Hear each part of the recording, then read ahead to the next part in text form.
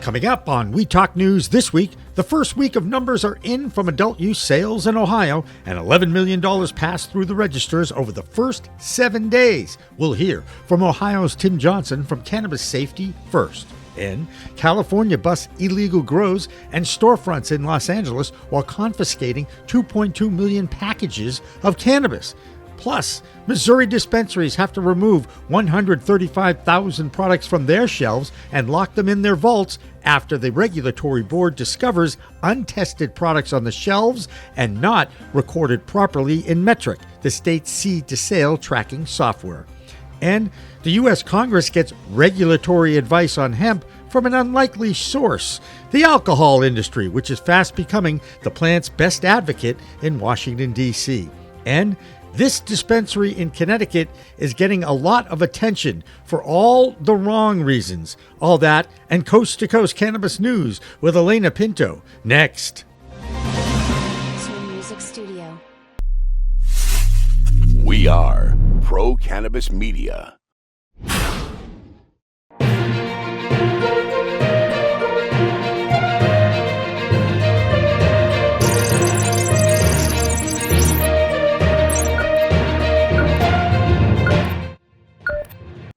Hi, everyone. Welcome to We Talk News, Pro Cannabis Media's weekly roundup of cannabis news from coast to coast. I'm Alaina Pinto. Adult sales in Ohio are off to a great start. If you ever wondered, though, what the difference is between a market limited to just medical sales and when it's open to all adults for sale, well, how does a sales increase of 270% sound? It's pretty amazing, right?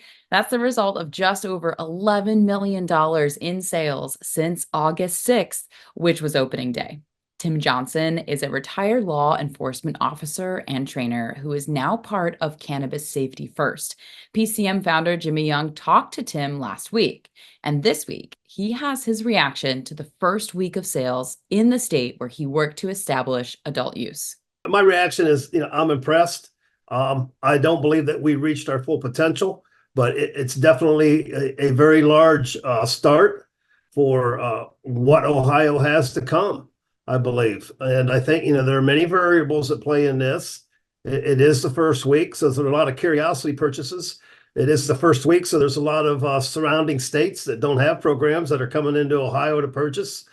I'm still confused of the high prices. I think that scared a lot of people off. I think it lessened the sales because of prices. And there were people that saying, hey, I spent my whole allotment in one day for the whole month. Maybe, once those prices do come down and level out to where they're, practical and affordable, we'll see people, purchasing more. In Loveland, Ohio, Emily and Mark seek to deepen their bond through intimacy. They turn to Yellow Labs Rose Oil Massage Cream with delivery technology, promising enhanced pleasure and connection. The cream ignites increased sensitivity and arousal as they apply it, kindling a shared passion. Excited by its effects, they find joy in shared closeness and moments of unity. The Ohio Cannabis Report is supported by Yellow Labs and BetterWaysToTHC.com. Search for Yellow Labs near me and find one of 40 dispensaries in Ohio carrying these amazing mists and creams. In New York this week, there was a bit of a scare when a judge allowed a convenience store in the city to reopen after being shut down by New York Mayor Eric Adams's Operation Padlock. The question now is, will this be a precedent case that allows more illegal shops to shut down to reopen? It's very doubtful, says attorney Jeffrey Hoffman, who still hosts his live Ask Me Anything show on Wednesdays at 4:20 on LinkedIn.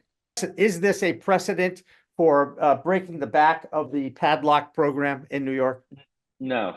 Good. No, Tell me it's why not. and why no one should be worried about it. Because it's not a precedent of anything. Yeah. If you don't Mirandize people that you arrest, they get off of everything that you arrested them for. Full stop. We're done here, right? Yeah. And this is the same thing. You don't serve process to somebody in a civil suit. The judge throws it out. This is legal 101. This is stuff a law student, you don't even know law. This is someone applying for law school could get, right? Yep. And so, yes, I get it. Does open everyone's eyes to the fact that they're improperly serving people and then keeping the stores closed after they improperly serve them. I mean, this is a no-brainer. I mean, it's just, look, it's all correct, but the fact that it deserved any ink in a newspaper, I mean, just because it's crazy, right? It's crazy. So same thing as always, you don't serve people, you don't follow proper procedures in any situation, any situation, you're going to get thrown out of court. The state of Colorado, along with Washington state, were the first two states to legalize adult use of cannabis in this country, but it hasn't all been smooth sailing to golden pastures in either state. Like many state programs, the fees to just be in business can be astronomical and, to be honest, unfair. That's happening now in Colorado, and needless to say, that industry is aghast at the increases. We have a new Colorado correspondent, and he is the chairman of the Colorado Cannabis Chamber of Commerce. Xavier Gillet is his name. I'm Xavier Gillet. I'm the chair of the Colorado chapter of the Cannabis Chamber of Commerce and a non-attorney professional at the McDonald Hopkins law firm. And I'm coming to you this week with the Colorado Cannabis Report for Weed Talk News. I have two stories to report on this week, and they're somewhat interrelated. The first one being that the Marijuana Enforcement Division here has issued notice to licensed operators that it intends to increase license and renewal and even patient registration fees in 2025. The proposed increases amount to almost doubling the licensing fees as they currently stand, and many licensed operators have expressed their discontent with this news. The Colorado market has widely been reported on as being a tough market for brands and licensed operators to thrive in, let alone survive in, and so this increase in fees is likely to further accelerate the consolidation of the market and potentially force many long-standing brands to exit or even shutter their doors completely. Now, many of those brands over the last 5 years have pivoted to producing hemp-derived cannabinoids, which brings us to our second story. And that is that Mammoth Farms, the largest licensed cultivator here in Colorado, filed a lawsuit against Bonanza Labs. Bonanza Labs is a licensed infused product manufacturer here in the state, and the lawsuit alleges that Bonanza has been using hemp-derived Delta-9 THC as opposed to marijuana-derived Delta-9 THC to infuse its products. Now, the introduction of hemp-derived THC into the marijuana system here in Colorado is prohibited by rule. And so if this lawsuit does turn out to be true, it'll be interesting to see how the Marijuana Enforcement Division punishes Bonanza or reacts to the outcome of the lawsuit moving forward. Many other states do look to Colorado as a leader in policy when it comes to marijuana, hemp, and cannabis overall. And so this is likely to be a case that many other policymakers are keeping a close eye on across the United States. That's the Colorado Cannabis Report for this week. I'm Xavier Gillet with the Cannabis Chamber of Commerce and McDonald Hopkins law firm, and I'm looking forward to joining you next week. Michigan's cannabis market continues to grow, and now right behind California in revenue. The Great Lakes state has passed the Golden State for number of products sold every month. Now that Ohio has passed adult use legalization and opened for business, Michigan might lose some border business. Amie Carter has more from the state of Michigan. I'm Amie Carter from Michigan Weedsters with this week's Weed Talk News. Michigan cannabis gold rush may soon be over. Cannabis insiders say the Michigan cannabis market could soon be past the saturation point. The CRA reported the average price in June for retail flower was $85.88, which is the lowest point in 2024. Recreational cannabis sales in Ohio have been legal for a week, and business is booming. Sales in Ohio are rivaling some of the top cannabis markets in the country. It's also attracting customers from nearby states where recreational isn't legal. But prices remain high in comparison to Michigan. One Ohio store in Toledo advertises 14-gram jars of marijuana for $170, while the average sale price of flower in Michigan dipped to a record low just under $80 per ounce. Ohio Commerce data indicates the average retail cost for an ounce of marijuana was about $266 during the first 5 days of sales. A new soda is entering the Michigan market for those jonesing for something more than sugar and caffeine. Seattle-based Jones Soda Company is launching its cannabis-infused soda brand, Mary Jones, in Michigan in September.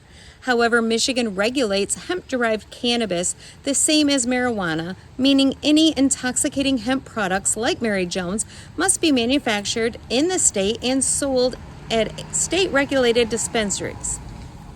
And lastly, some exciting news out of Gaylord, Michigan. Meds Cafe is officially opened. I stopped by to congratulate Al Witt at the grand opening.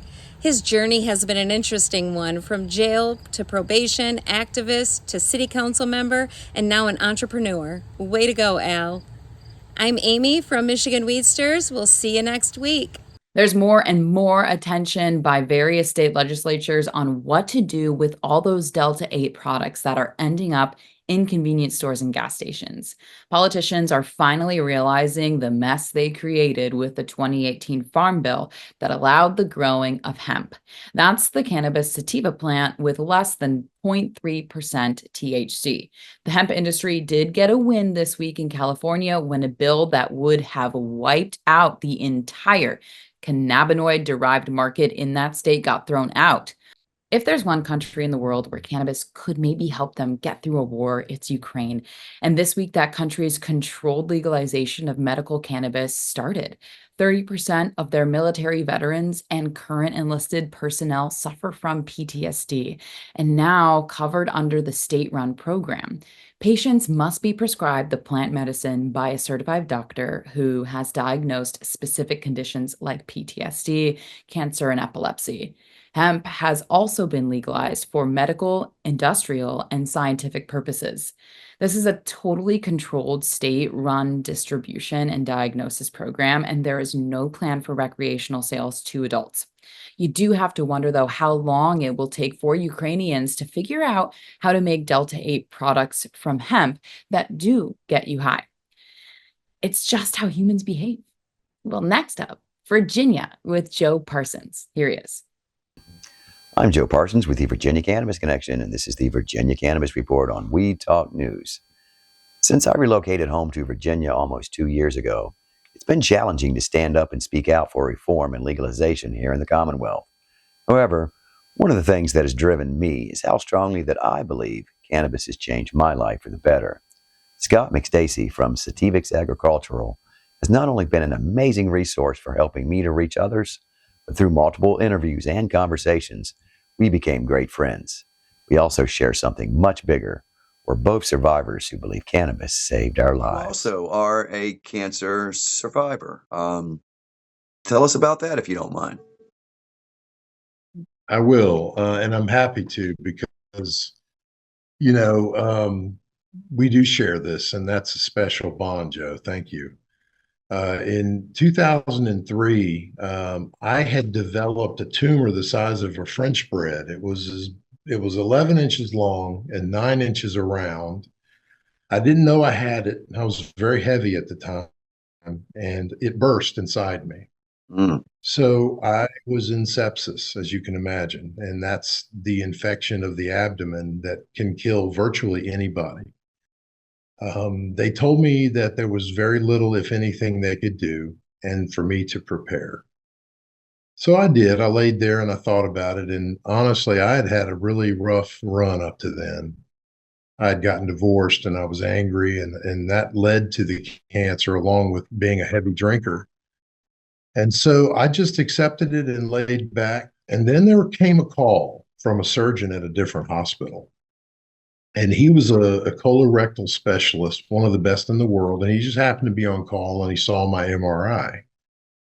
Well, he said, bring him to me. I think I can cut it out. I might be able to save him, which is exactly what he did on the table. After that, after 17 days in intensive care, and then transitioning to a regular room and getting ready to go home, the surgeon came back to me. And he handed me this big mason jar full of what looked like lettuce or something. And I saw it and I said, what's this, doc? And he said, Scott, your medicines are not working for your anxiety. It's bad. your inflammation is terrible, and your pain management is non-existent. And the medicines just weren't helping. And he said, I think you're a candidate in my mind for medical cannabis. And Joe, I looked him in the eye and I said, what the hell is medical cannabis?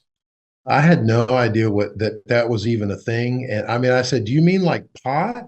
Back then, that's what most of us called it. Grass. And, yeah. Or exactly, grass, pot, weed, whatever, the slang. I didn't know. I was, like I said before, I was really a binge drinker, and it was a college thing, and it extended past that. And that really led to this particular type of tumor. I got home and I went and I got a bong from my brother, of all people. And I immediately dosed myself like the doctor said to do. And within minutes, Joe, I felt the inflammation and the pain start to subside. I was not at all at that moment worried about it either. And that anxiety drop helped me to start to heal. I was able to eat eventually. It took about 20 days before I could eat again. But once I started using the cannabis, it affected my appetite. It helped with virtually every aspect of my recovery. And most of all, it helped me psychologically because it gave me a peace of mind that I had never had before that. And I credit this plant and free the plant once again, that's important, but I credit this plant to saving my life. And I tell this story a lot, Joe. I've told you before, that's how we first bonded. And when I talk to people and tell them this, the most ardent prohibitionist will start to soften because they see a human being that's still here 21 years later because of this plant. It's a powerful, powerful thing. Thank you, Scott, for sharing your story with us. We'll keep fighting the good fight together. You can count on that. If you'd like to share your story about how cannabis has changed your life, reach out to me and I'll help you get your story heard. Well, that's going to do it for this week from the Virginia Cannabis Connection. I'm Joe Parsons reporting for Weed Talk News. Until next time, stay lifted. That'll do it for the A block, but we have plenty more state-to-state reports from Florida to Oregon. And wait until you hear what Florida Governor Ron DeSantis said about TruLeaf, his state's largest multi-state operator. Weed Talk News continues after this. Ready to take your craft to the next level? Imagine faster extractions, purer products, and more profits. Sounds good, right? At Pure 5 Extraction, we've revolutionized cannabis extraction with our game-changing technology. No solvents, no heat, just the cleanest, most natural process on the market. Whether you're a boutique grower or a large-scale operation, Pure 5 has the tools to elevate your business worldwide. Visit pure5extraction.com today. Pure 5 Extraction, because your plants deserve the best.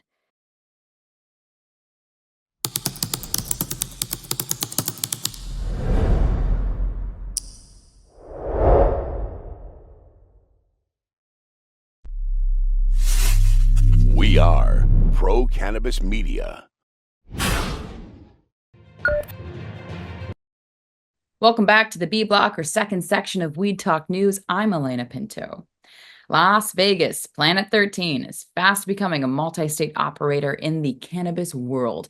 They continue to expand their footprint, and Tina Tasaka keeps her eye on all that is going on in Nevada. I'm Tina Tasaka with 420 Technologies, and this is the Nevada Report for Weed Talk News.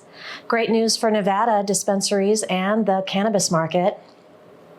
Nevada has secured the third spot in retail cannabis sales per dispensary through the second quarter of 2024, according to the latest U.S. market report from LeafLink, a leading national wholesale cannabis platform.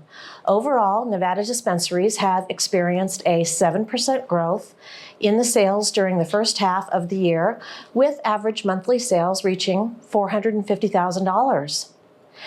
Is there a future of cannabis use at Las Vegas casinos? Well, don't get too excited. It's illegal to smoke or consume cannabis products in Nevada casinos, but marijuana use on the resort corridor is still prevalent. Ask anyone in Vegas or anyone that just went to Las Vegas, they will tell you, I smell weed everywhere. That's true. Legal recreational marijuana sales launched here in 2017, but a federal ban on the product still exists, forcing or regulating casinos to ban cannabis on their premises. During a panel this week hosted by UNLV's Cannabis Policy Institute, Clark County Commissioner Tick Sigerbloom said, why don't we allow it? I mean, we're the Sin City. We're the place that does all this stuff.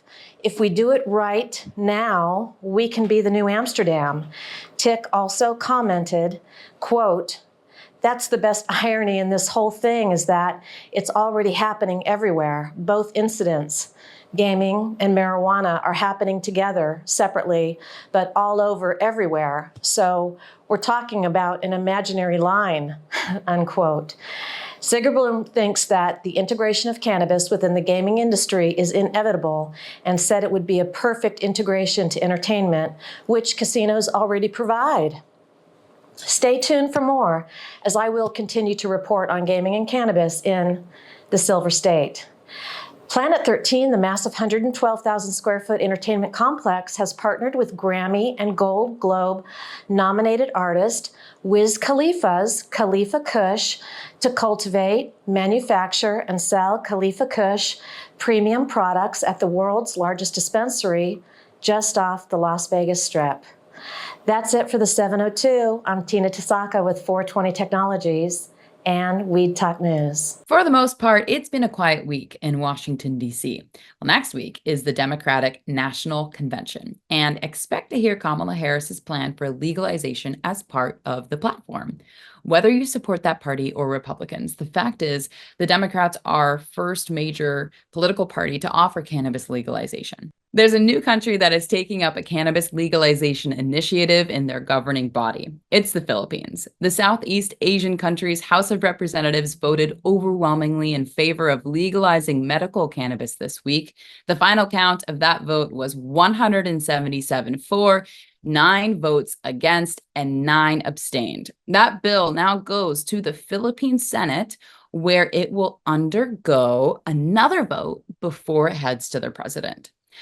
There's been a change at the top, though, of one of Canada's most well-known cannabis companies, Canopy Growth.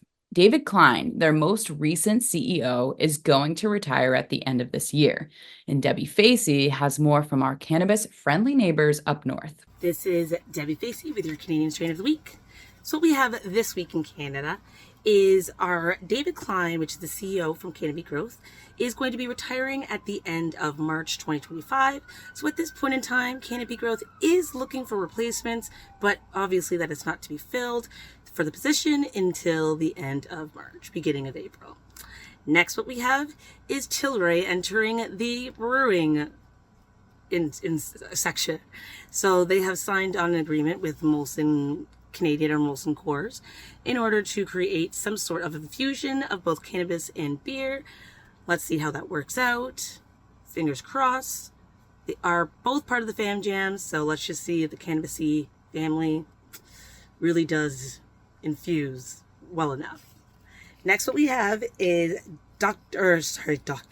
Ron DeSantis from the California governor has blamed the unsuccessful rollout of the cannabis industry in cannabis culture, I should say, out in Florida.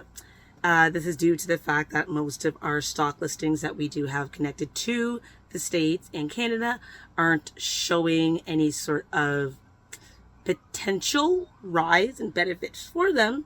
So we are kind of being blamed for that. But I do hope that you guys know that we don't try. We're actually trying pretty hard. We want everyone to be successful. But that is unfortunately what we are hearing from Dr. DeSantis here in Canada. And last but not least, what we have is the finding of a property such such as property by the name of hexahydrocannabinol, which is HHC. It is semi-synthetic cannabinol. This is something that they are finding within some of our cannabis oil products, which are creating foul products and harming users and consumers. This is something that the regulations are jumping on, trying to figure out exactly how this is happening and how the traces are. So I will make sure to keep you guys posted. But that being said, please make sure you guys are all storing all of your oils as properly as possible, just so there is no way for any of your oils to form and to deteriorate into another sort of cannabinoid. This is Debi Facey with the Cannabis Strain of the Week. Peace. I'm Doug Miller from Highland Wall Street with this week's Cannabis Stock Report for Weed Talk News. MSOs are setting up for a high-risk fight with the IRS over 280E tax code. The first company to declare freedom from 280E was TrueLeaf. Then Ascend Wellness, TerraScend, Curaleaf, and Cresco Labs, they all stated that 280E no longer applied to them. Section 280E says no deduction or credit shall be allowed for costs incurred during the trafficking in controlled substances within the meaning of Scheduled 1 and 2 of the Controlled Substance Act. Freedom from 280E is expected once the Biden administration proposal to move marijuana to Schedule 3 is finalized. Until then, the IRS has made its position clear. Taxpayers seeking a refund of taxes paid related to IRS Code 280E by filing amended returns are not entitled to a refund or payment, the IRS said in June. Although the law has not changed, some taxpayers are filing amended returns, the agency said. The grounds for filing such claims vary, but these claims are not valid. I guess we will see how this turns out, but it could end up being a costly mistake by these MSOs. And that's this week's Cannabis Stock Report. Reporting for Weed Talk News, I'm Doug Miller. Lab test results, regulation fees, host fees, excise taxes, all are part of a running retail cannabis dispensary. And the mantra now is to survive and thrive. And everyone can relate to that. We all know that interstate commerce is still illegal in the country, but now the illegal transport of cannabis across state lines is getting more and more prevalent, especially when you have new states coming on board with limited supply. This is how out-of-state product ends up in legal states. And is the industry getting away with this? Well, as Marianne Cursetjee tells us, it might be more prevalent than you think. I'm Marianne from Alibi with this week's Oregon Cannabis Report for Weed Talk News. Last week, spirits were high and chips were down as the cannabis industry came together for a day of poker playing. It was a fabulous event, as always, hosted by Ryan at Cosmic Treehouse. This event draws players far and wide and is welcoming to newcomers. Join the next poker tournament this coming winter. Next, Oregon again is in national news. This time related to illegal exports to Michigan. A lawsuit against a Michigan processor was filed this week, alleging that they were illegally importing cannabis product from Oregon and bringing it into the regulated market in Michigan. And finally, this week, after a year-long investigation, arrests were made in a string of burglaries targeting cannabis farms in Southern Oregon. The suspects accumulated a total of 65 charges. 3 suspects were arrested. That's the Oregon Cannabis Report for this week. I'm Marianne with Alibi for Weed Talk News. While many state cannabis companies are struggling to make payroll, pay their bills, and wonder whatever happened to the green rush, Arizona continues to grow. In fact, it is slowly solidifying its place as a successful industry. Here's Karen Black with more in her Arizona Cannabis Report. I'm Karen Black from Greenfinger Consulting with the Arizona Cannabis Report for Weed Talk News. First, some business news. Sonoran Roots in Tempe, Arizona, made the Inc. 5000 list of the nation's fastest growing private companies. The vertically integrated craft cannabis company came in at number 949 in the health products category with a reported 536% year-over-year growth. Pretty impressive. Phoenix-based Forefront Ventures released its second quarter results, and it's a bit of a mixed bag. The company saw revenues drop to $18.7 million, down about 31% from the same time last year. But it's not all doom and gloom. They've managed to shrink their net loss to $4.9 million, which is a significant improvement over last year's $11.5 million loss. Despite these challenges, Forefront is pushing ahead with expansion plans in Illinois. They're opening new dispensaries and even have a craft grow in the works. Still, the company's cash situation is looking pretty tight with just $2.4 million in the bank. Forefront also converted a chunk of their debt into equity, issuing 245 million new shares. That's helped lighten their debt load, but it's also diluted existing shareholders quite a bit. The bottom line, Forefront's expansion plans show confidence, but with revenues down and cash tight, they'll need to navigate carefully in the coming months. As for other news, cannabis event company Deep Stories kicks off its annual members-only pregame event series August 20th with a backyard barbecue. There's a Taco Tuesday scheduled for September and a Halloween bash in October. The historic Corona Ranch in Levine Village is home to all three events. Nature's Wonder opened another dispensary, this one in Coolidge, Arizona. The Apache Junction-based company now has 5 stores in the Phoenix metro area. Cannabis quencher drinks will soon be available in the Grand Canyon state. The California-based brand offers a variety of cannabis-infused beverages with THC and CBD options, and both. CQ drinks will be on the shelves at select Arizona dispensaries later this month. That's all for this week's Arizona Cannabis Report. I'm Karen Black from Greenfinger Consulting reporting for Weed Talk News. That'll do it for the B block of Weed Talk News, but don't go anywhere because we still have news from Florida, and you won't believe what their governor said about his state's largest medical business. Plus, the story about a new dispensary in Connecticut that is causing quite a stir in Norwalk. Weed Talk News continues after this.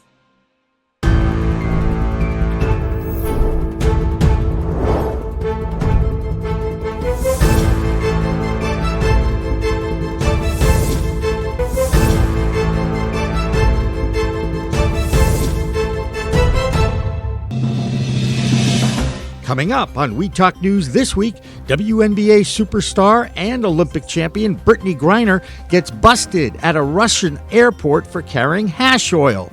Hi everyone, I'm Alaina Pinto, and this is Weed Talk News. Hey everybody, it's Brandon Jones with Big Green Distribution with the Missouri Cannabis Report. I'm Karen Black from Greenfinger Consulting with the Arizona Cannabis Report. I'm Matthew Friedlander, coming to you from the owner's office here at Skagit Organics. I'm Amie Carter from Michigan Weedsters. My name's Tom. You can find me over at Cannabis and Legalization News. I'm Jill Goldsberry with We Talk News New Jersey, and we are back. Andrew Behringer here reporting from Washington, D.C. Our Canadian correspondent with We Talk News, Debi Facey with the Canadian Toke of the Week.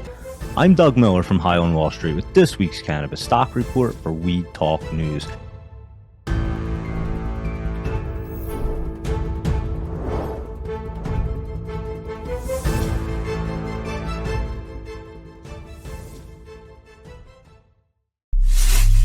We are Pro Cannabis Media. Welcome back to Weed Talk News. This is the C block or final section of our weekly roundup of cannabis news. I'm Alaina Pinto.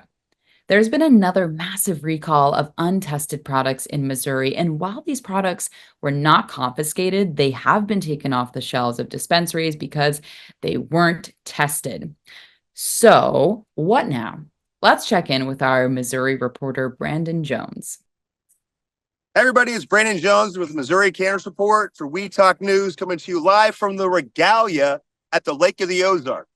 So they had the Canna Gala here yesterday and today. So all over the weekend, we took over the entire hotel and had vendors throughout the inside ballroom where you could come around, learn about cannabis, get different products, check all different technologies, live music, and the entire hotel was cannabis friendly, including your rooms and the pool.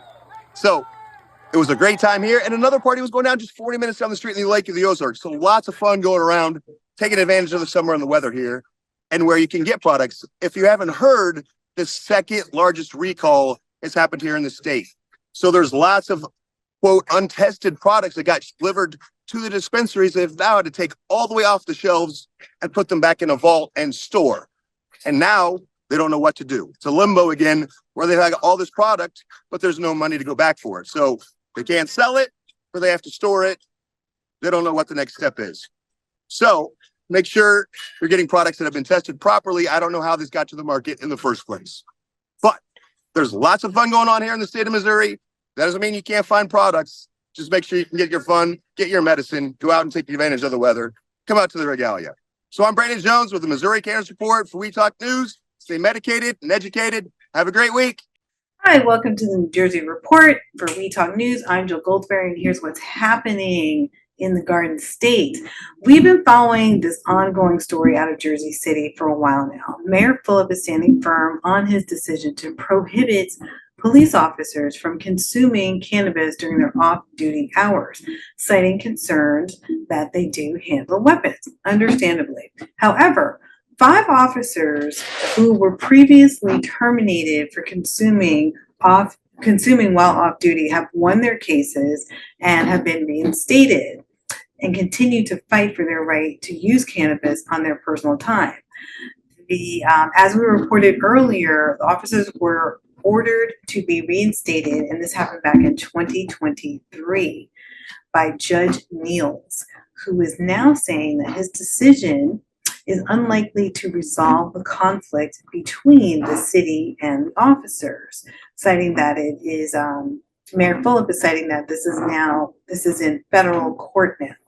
And the Jersey City Police Officers Benevolent Association is backing the offers and standing by them in this ongoing battle.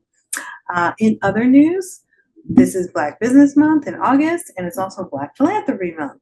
So be sure to watch out for my one-on-one with Black entrepreneurs in the cannabis industry. This week, I sat down for a one-on-one with the founders and CEO of Butter Cake. So take a look out for that. And this is We Talk News New Jersey. I'm Joe Goldsberry. Thanks for watching. See you next report. Now let's turn to the battle in Florida. That battle is over question 3, the ballot question on adult use sales. That question needs to pass by more than 60% of the vote in order for it to become law. In one corner of this 10-round fight, you have Governor Ron DeSantis. And in the other corner, you have Trulieve, the multi-state operator with over 200 dispensaries and the most in the state of Florida. DeSantis is on record about his disdain for the smell of weed, claiming there will be increased crime and people will be smoking it everywhere. At a Republican lunch this week, he took a misinformed shot at Trulieve, calling them a Canadian company since they are traded on the Canadian Stock Exchange. This company is based in his state and has generated millions in tax dollars for the state. Needless to say, this latest faux pas of misinformation has not gone over well with Florida citizens like our new correspondent, Jeff Aker. Hi, I'm Jeff Aker with Horticulture Consulting in Florida with this week's Weed Talk News. With Amendment 3 90 days from now on the ballot, I urge all Floridians to get out and vote. Is this a perfect bill? No. There's no homegrown. It's just not a perfect bill, but they argued the language all the way up, so we're glad to have it on the ballot. It's the first step. Hopefully we could get changes to it as time progresses, or the representatives realize it's kind of not the best bill. Also in Florida news, the hemp companies have donated over $5 million to the Say No program. They do not want recreational marijuana or adult use marijuana in Florida. Cannabis, excuse me, marijuana, look at me. Because it's going to cut into their profits.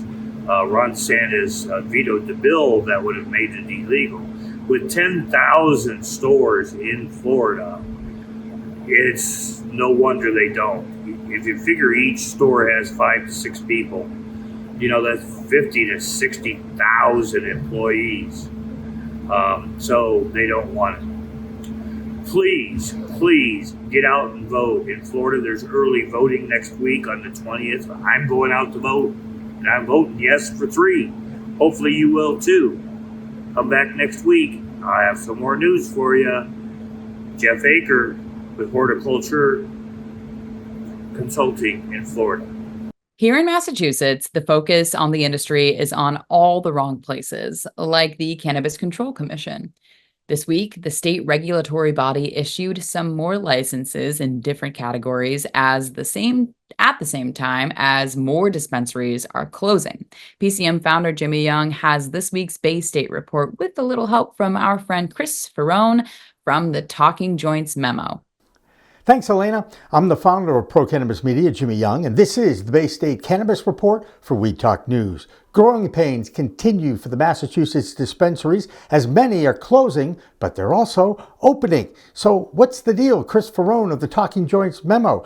Is this a good sign, bad sign, or just kind of normal? But there's still a lot of licensees. There's hundreds and hundreds of licensees, more than 350 licensed dispensaries, I believe, retail establishments.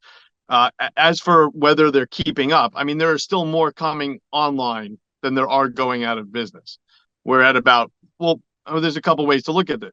To look at that, though. There's about 40 out of business now, licensees. Now, those are all kinds of licensees. Some are cultivators, some were manufacturers, most are retail dispensary operations. But it's a really hard number to pinpoint because not everybody calls the CCC or sends out a press release when they go out of business.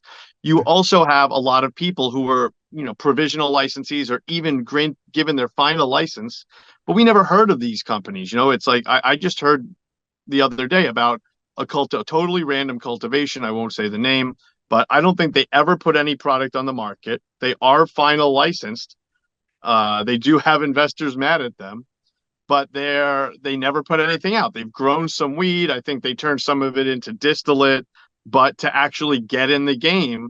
So I think there are also people in that position. I hate to make estimates. I'd say by the end of the year, we'll be seeing 80 or so licensees under different circumstances just out of business or consolidated and stuff like that. But it's reality. Has the market leveled off as far as the consumers go? And how does the educational process continue for those that are kind of curious and are not regular users? Well, I think that some of the part of the success you see in the places that are doing well, that's a couple of things, right? That's location, good old fashioned business. The places that have great locations, guess what? It's a mob scene. Then that combined with places that do, before I get to the education, that do, solid marketing, good deals that people know are there, that play their social media game to the extent that you can do that. But then there is the actual who's helpful. Even there are people who are kind of curious, but even me, I'm a seasoned pro, and I like to go to a place where I know somebody's going to be able to tell me, what kind of dabs they have, if they're runny, if they're solid, if a butter is really a butter. Same thing for the kind of curious. There are places like, I think I'll give a shout out if I could think of the name, Cape Ann. Is it Cape? There's a dispensary that has a nurse. His name is, I think, Nurse Kurt, and he's on staff. I think it's Cape Ann Cannabis up on the North Shore. Yep. People love that place. They go in, they know they can actually talk, and not that you need that kind of treatment every time. But some of the places we see go out of business, there's, the reports are all the same. Actually, that's not true. Sometimes those places have good service and good bud tenders, and it's just the operation that's not working. But overall, places people are comfortable with, they know they can go get a variety of products, get some help. They're doing better. Yeah, and again, it's one of my pet peeves, and it's one of the things we're actually going to introduce is a public service announcement to the curious, to the people that just aren't regular users and want to learn. And I go back to when I first got my medical card in 2013, when they started calling it flower. I was like, what do you mean flower? Right? I was like, that's how ignorant or naive I was at that time. Now I understand it isn't about the THC percentage. It is about the terpenes and how it steers the THC in the particular strain. I mean, you really do need some kind of education or a degree in chemistry just to pick the right one for you. Yeah, it's nerve-wracking, no doubt about it. Also, it's very important, that sometimes that first, second, third time somebody goes into a dispensary, they're nervous. Somebody settles them, and I can tell because I'll meet people and they'll tell me, what the dispensary is, sometimes even who the associate was that helped them. But more importantly, they get married to a brand very quickly. If somebody wanted a vape, now the first or second vape, they're now, it's like you're a virgin, you get laid for the first time, and now this is all and now you're married. And that's companies love that. So companies are really trying to do that. And that's why you see a lot of them have people in stores. And that's education too, when it's done right, of course, having a pop-up. Yeah. But yeah, I mean, I think that's the difference. And the other thing is, I just wish we'd see more creativity, more specialty stores, a place just, we have Native Sun, for example. Is it Native? Focuses on, has like every drink on the market. I think that there are different places. You got places that just focus on dabs mostly. You have, why am I thinking Blue River, which is, Blue River Terps in Cambridge. They are all nothing's made with solvent in their dispensary. So little things like that. That's more of a pro level thing. But, it'd be great to see a bakery, all baked goods. There was somebody trying to do one of those in Roslindale, I know. So I hope to see some of that, some more diversity in that regard. One more note in Massachusetts coming up this weekend of August 23rd and 24th. There are two events for the cannabis community. One is out at the Franklin County Fairgrounds. That's in Greenfield. That's Michael Thomason's of Infused production event with online influencers. That's right. People who get paid to give their opinions to their followers. And there's going to be something like 200 of them out there, out in Greenfield. That's going to be interesting, and I'll be there as well. Now, that's Saturday from 12 p.m. to 7 p.m. up in Greenfield, Massachusetts at the Franklin County Fairgrounds. In Boston, Massachusetts at the City Hall, it's this year's Terptown Throwdown.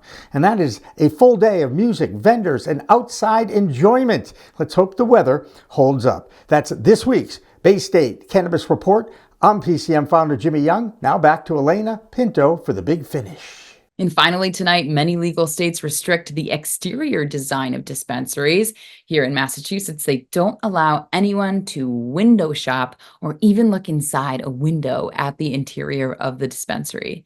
In Norwalk, Connecticut, they have another problem.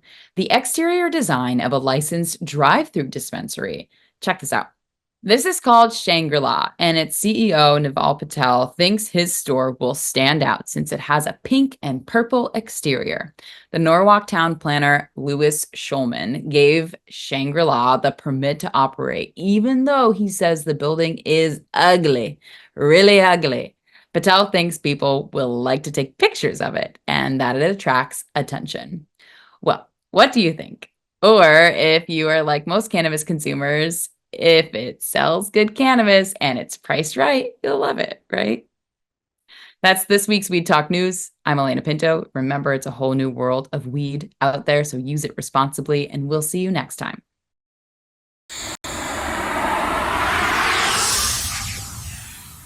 It's a whole new world of weed out there, isn't it?